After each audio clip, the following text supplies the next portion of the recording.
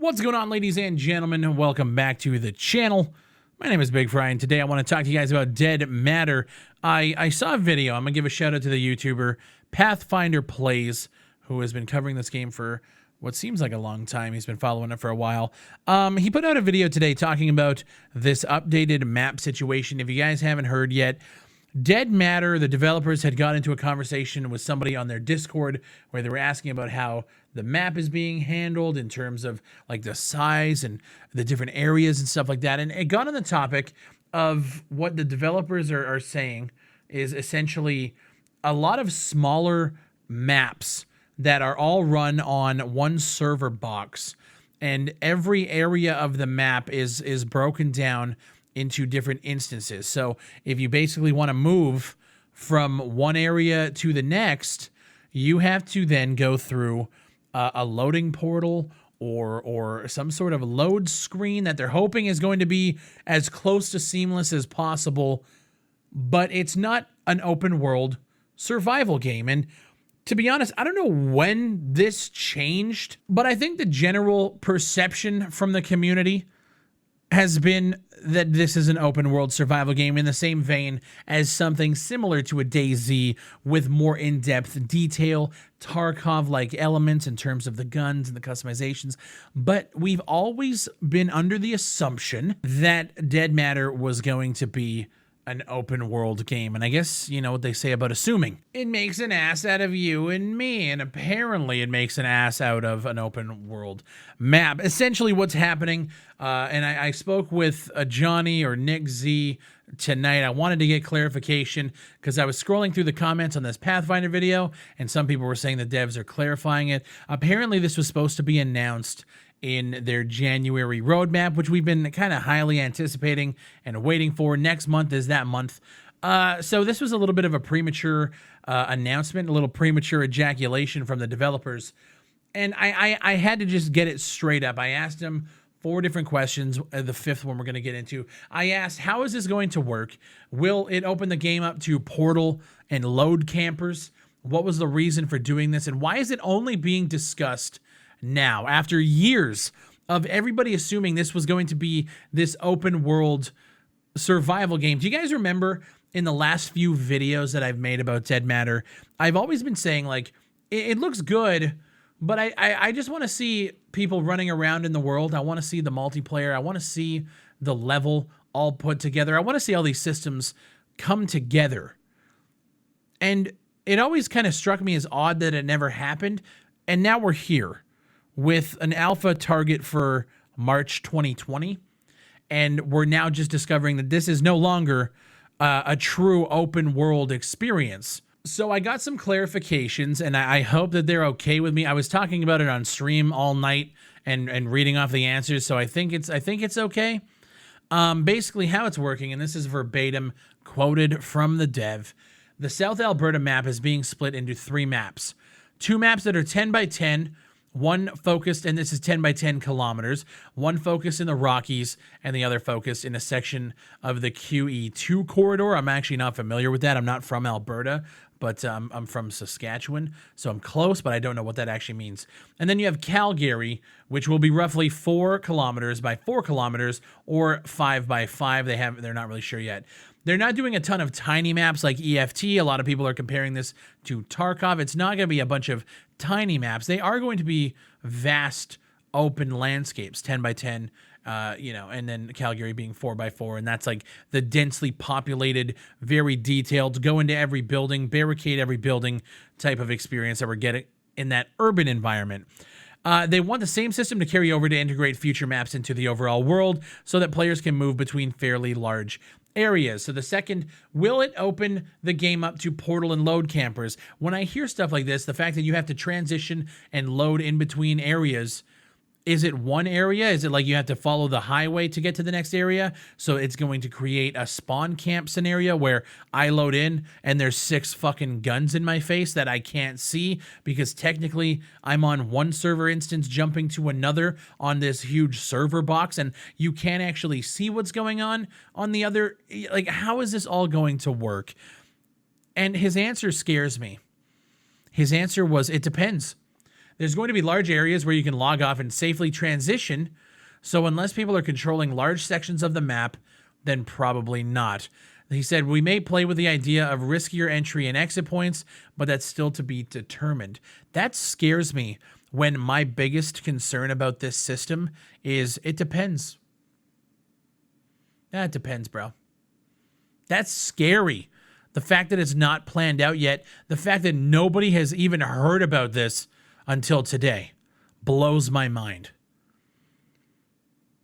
I asked what the reason was for doing it, and his answer was it's so there can be more of a focus in a given region, and so that they can have more details per map. So it's a performance thing. It's an optimization thing.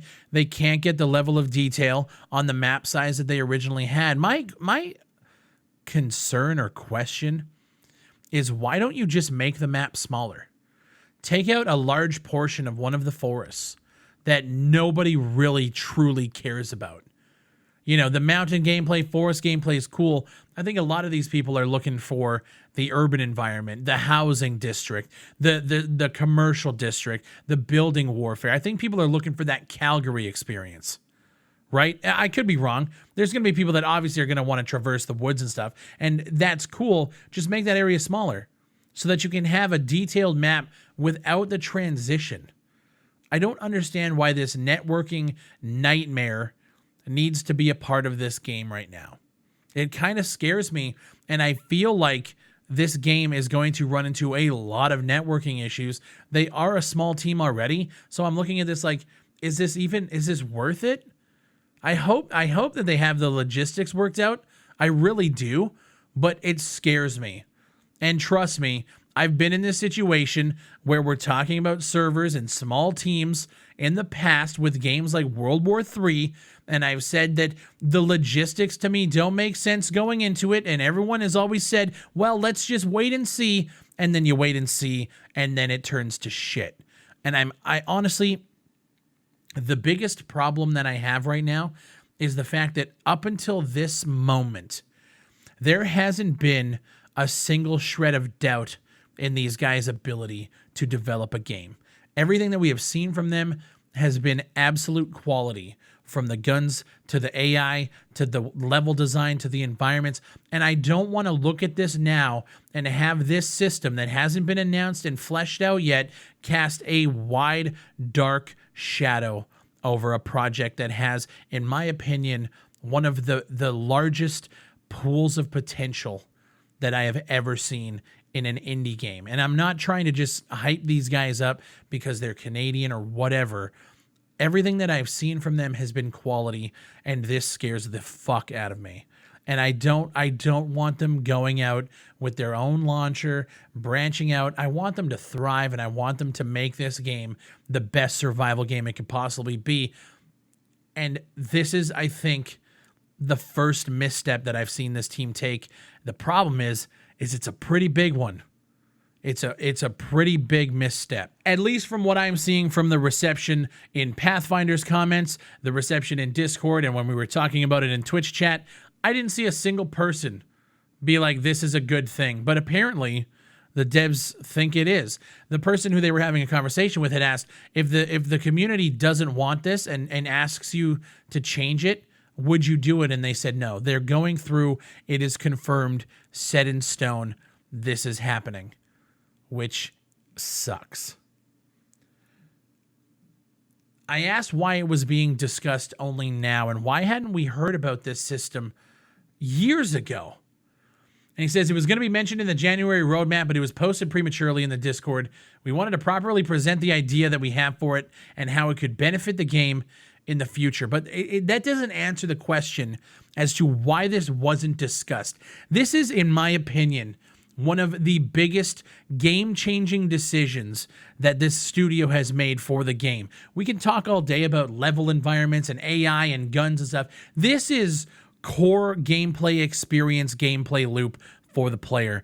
And we all, and you can sit here and lie. I think 95% of this community knew, or at least thought, that this game was going to be an open world similar to a DayZ or a Miscreated or something like that. I don't think anybody knew about this, which doesn't answer the question, why are we just hearing about it now? I get that this might have been a premature announcement, but why hadn't we heard about it before December 2019?